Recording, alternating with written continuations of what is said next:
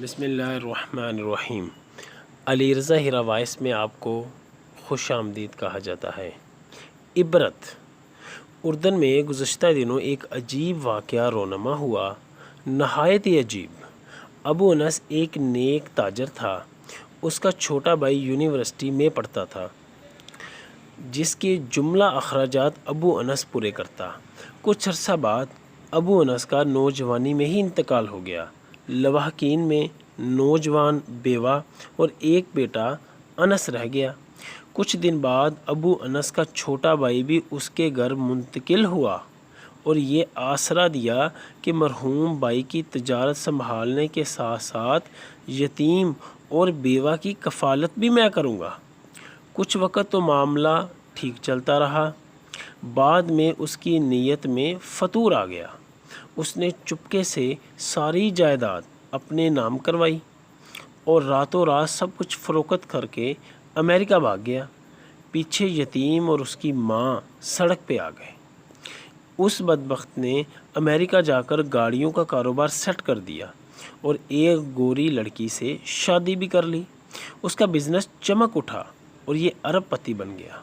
15 برس بعد اسے خیال آیا کہ اب وطن واپس جانا چاہیے۔ یہ سوچ کر وہ اردن آ گیا اور پھر یہیں بزنس کرنے کا ارادہ بنا۔ اس نے ام العزینات کے علاقے میں ایک بڑی جگہ خریدی اور اس پہ شاندار بلڈنگ بھی تعمیر کر دی۔ پھر یہاں بھی گاڑیوں کا بزنس شروع کر دیا اور کچھ عرصے میں ہی اردن بھر میں اس کا ڈنکا بجنے لگا۔ ادھر انس اور اس کی ماں انتہائی قسم پرسی سے رات دن گزارتے رہے۔ ایک خیراتی ادارے کے تعاون سے انس نے تعلیم حاصل کی اور اب وہ شادی کر کے نوکری بھی کرنے لگ چکا تھا۔ غربت کے باوجود وہ اپنی ماں کا بہت خیال رکھتا، مگر بدبخت چچا کو کبھی اس کا خیال ہی نہیں آیا۔ لیکن انس اور اس کی ماں کو سب معلوم تھا کہ وہ حرام خور واپس آ چکا ہے۔ ایک دن ماں نے بیٹے سے کہا، ہمت کرو، جاؤ اپنے چچا کے پاس اور اس سے اپنے باپ کے مال کا کچھ حصہ مانگو۔ ماں کے کہنے پہ انس چچا کے شو روم میں پہنچ گیا، مگر چچا نے کھٹور دلی کا مظاہرہ کر کے اسے بھگا دیا اور کہا کہ آئندہ ادھر کا رخ بھی کیا تو گرفتار کرا دوں گا۔ وہ بوجھل قدموں کے ساتھ ماں کے پاس واپس آیا اور ماجرا سنا دیا۔ بیوہ سوائے بد دعا کے کیا کر سکتی تھی؟ اس حرام خور بزنس مین نے اب اردن میں رہنے کا فیصلہ کیا تھا۔ وہ ایک جنت نما محل تعمیر کر چکا تھا۔ اب اس نے بیوی بچوں کو اپنے پاس اردن بلا لیا۔ ادھر وہ لوگ امریکہ سے روانہ ہوئے۔ ادھر یہ بدبخت انہیں لینے کے لیے اپنی نئی ماڈل کی پرتعیش گاڑی لے کر ایئرپورٹ روانہ ہوا۔ جب وہ ایئرپورٹ کے باہر نکلے تو یہ سب اس نئی گاڑی میں سوار ہو کر اپنے محل کی طرف چل پڑے۔ یہ سارا منظر دیکھ کر فرشتہ اجل ہنس رہا تھا۔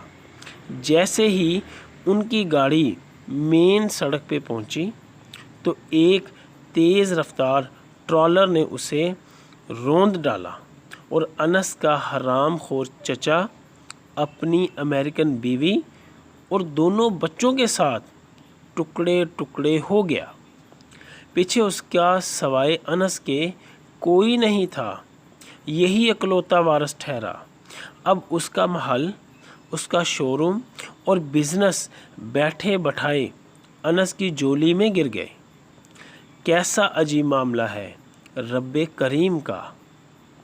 اس نے یتیم کے مال کو کئی گنا بڑھا کر اسے لوٹا دیا۔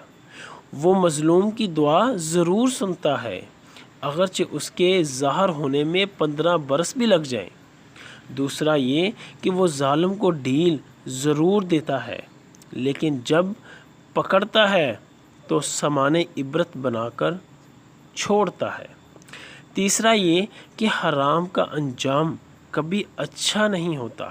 اس لیے میرے نبی کریم صلی اللہ علیہ وسلم نے فرمایا کہ مال حرام سے پلنے والا جسم جہنم کا زیادہ حقدار ہے۔